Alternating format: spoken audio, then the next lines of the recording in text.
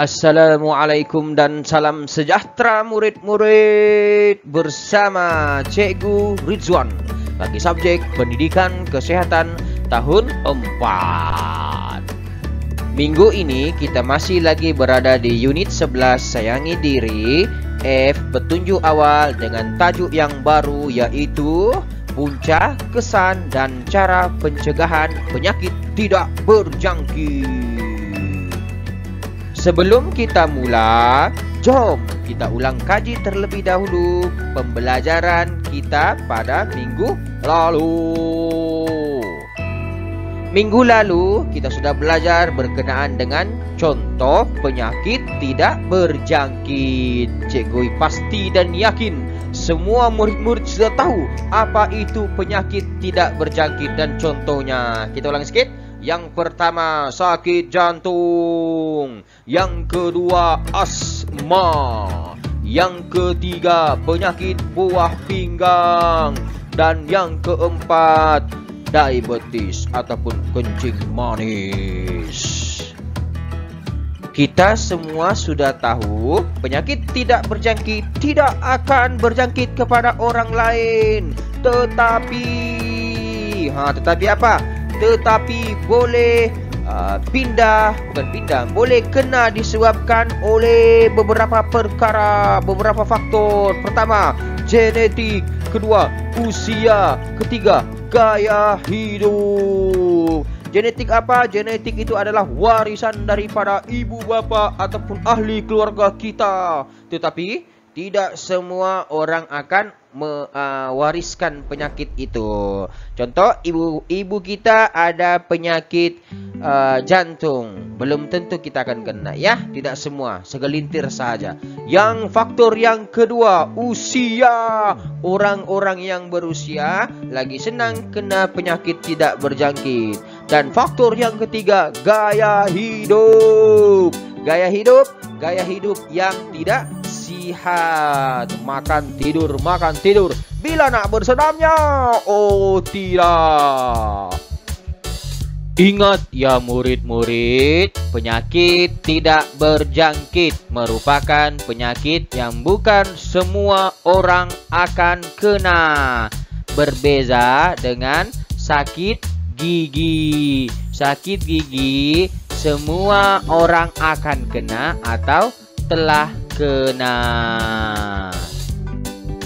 Jom kita masuk ke tajuk pembelajaran kita pada hari ini, yaitu punca, kesan dan cara pencegahan penyakit tidak berjangkit. Penyakit tidak berjangkit yang pertama ialah sakit jantung. Tengok gambar sakit jantung, duk begini kita punya jantung, ya. Dia tengah pam darah, duk. Apa punca sakit jantung? Kenapa sakit jantung boleh berlaku? Dan kenapa seseorang individu boleh kena penyakit jantung? Kenapa orang boleh kena penyakit jantung? Disebabkan oleh salur darah jantung menjadi sempit. Jadi sempit. Kenapa pula salur darah jantung boleh jadi sempit? Sebab dinding sebelah saluran darah ada lemak. Maka bahagian jantung yang tidak mendapat bekalan darah dan oksigen yang cukup, kenalah dia sakit jantung. Ini merupakan contoh jantung. Pesakit yang mempunyai sakit jantung. Boleh tengok sama-sama, ya. Tengok dia punya saluran. Saluran darahnya ni diselaputi oleh lemak. Ini lemak-lemak semua ni. Bila ada tebal begini ada yang begini, saluran lemak ni. Jadi ada bahagian jantung yang tidak mendapat bekalan darah dan oksigen yang cukup. Sebab itulah terjadinya sakit jantung. Kesan sakit jantung. Kalau kita kena sakit jantung, apa yang akan berlaku dengan diri kita? Yang pertama, kita akan sesak nafas. Lain asma ya, lain sesak nafas jantung. Sesak nafas. Yang kedua, sakit dada yang teruk. Dada kita akan rasa sakit betul, susah untuk bernapas sebab dada kita sakit. Dan yang paling teruk boleh akibatkan kematian. Itu adalah kesan sakit jantung. Bagaimana cara untuk kita elak? Cara pencegahan sakit jantung. Macam mana caranya untuk elakkan sakit jantung? Ada banyak cara. Cuma di sini cikgu hanya tekankan 2 sahaja cara. Yang pertama, lakukan senaman secara berkala. Lakukan senaman secara berkala seminggu 3 kali. Lagi banyak lagi baik. Kurang-kurangnya adalah jangan langsung tidak buat. Di rumah tidur sejak PKP. Ala cikgu PKP tak payahlah senaman. Tidak boleh mesti senaman ya. Oke. Yang kedua, kurangkan makan makanan berlemak. Kurangkan makan makanan berlemak. Tadi tengok kan, saluran darah tersumbat sebab oleh lemak. Banyak lemak di saluran darah, jadi tertutup. Oke, apa contoh makanan makanan berlemak? Apa contohnya? Contohnya burger. Aduh, sedapnya burger cikgu. Aduh, sadapnya. Yang pertama burger. Apa lagi? Ayam. Aduh, ayam goreng cikgu. Sedapnya nih cikgu. Tak boleh dimakan kah? Boleh makan. Tak ada orang larang makan. Kurangkan. Kalau tak mau makan lagi baik. Kurangkan. Kalau ayam mau makan, buang dia punya kulit. Makan isinya saja. Aduh cikgu, kulitnya yang sedap. Oke, murid-murid paham ya cara pencegahan sakit jantung? Lakukan senaman secara berkala dan kurangkan makan makanan berlemak. Yang seterusnya adalah penyakit asma. Asma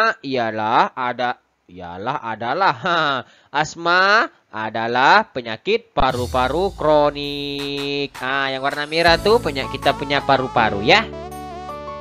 Jom kita lihat punca penyakit asma. Kenapa penyakit asma boleh berlaku? Untuk makluman semua murid-murid, tiada sebab yang khusus punca berlaku asma. Yang pasti semua pesakit asma mempunyai satu persamaan. Apa persamaan dia? Yaitu keradangan saluran pernafasan yang kronik ataupun teruk. Saluran pernafasan semua pesakit asma dia sangat sensitif dan banyak sebab yang boleh akibatkan penyakit asma ini datang. Oke, dan berbeza bagi setiap pesakit. Contohnya ya, ini setiap pesakit lain-lain lah. Contohnya asap rokok, ada pesakit asma dia kena asap rokok, datang asmanya. Ada yang kena bulu haiwan, datang asmanya. Ada yang pencemaran udara, datang asmanya. Oke? Ini merupakan contoh gambar paru-paru yang normal dengan yang ada sakit asma.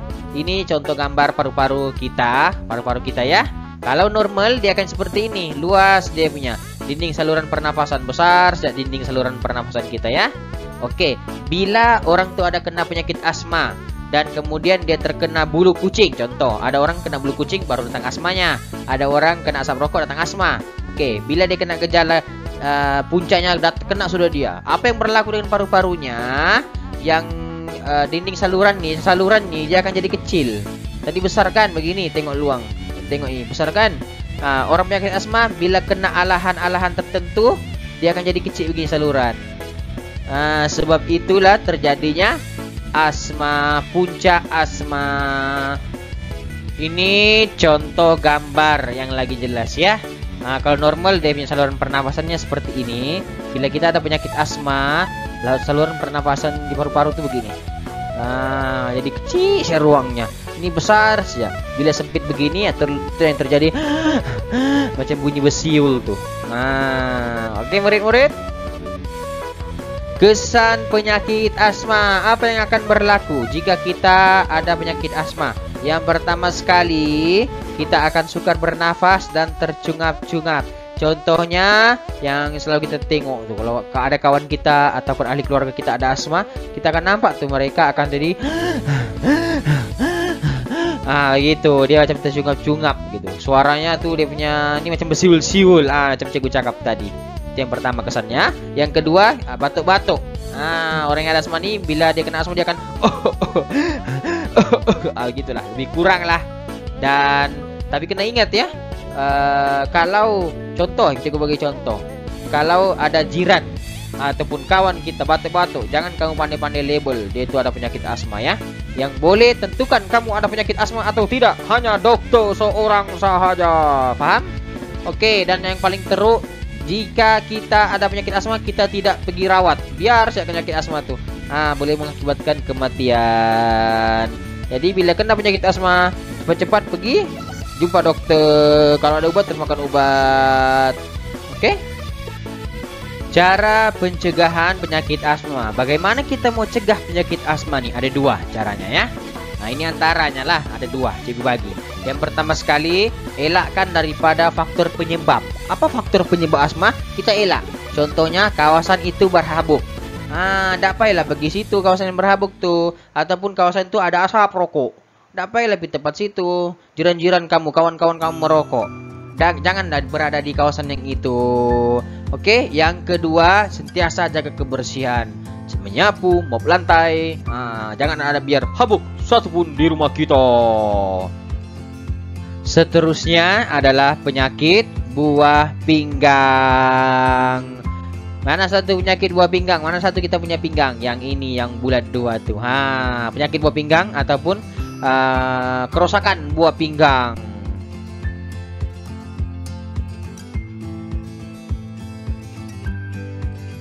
Punca kenapa boleh berlakunya penyakit buah pinggang? Kenapa kita boleh kena penyakit buah pinggang? Yang pertama sekali adalah sebab kita kurang minum air kosong. Air kosong, air mineral kita kurang minum. Kita banyak minum cola saja. Minum cola, minum Fanta merah, minum minuman yang bergas. Itu saja kita banyak minum. Jadi kita senang, berpotensi untuk kena penyakit buah pinggang. Yang kedua, jika kita mempunyai penyakit kencing manis, batu karang, kencing manis dan batu karang, kita berpotensi untuk kena juga dengan penyakit buah pinggang. Kesan penyakit buah pinggang. Kalau kita kena penyakit buah pinggang, apa yang akan berlaku dengan kita? Yang pertama sekali, berat badan akan merosot. Daripada yang berat badan 100, tiba-tiba 1 bulan kemudian terus jadi 40, 30.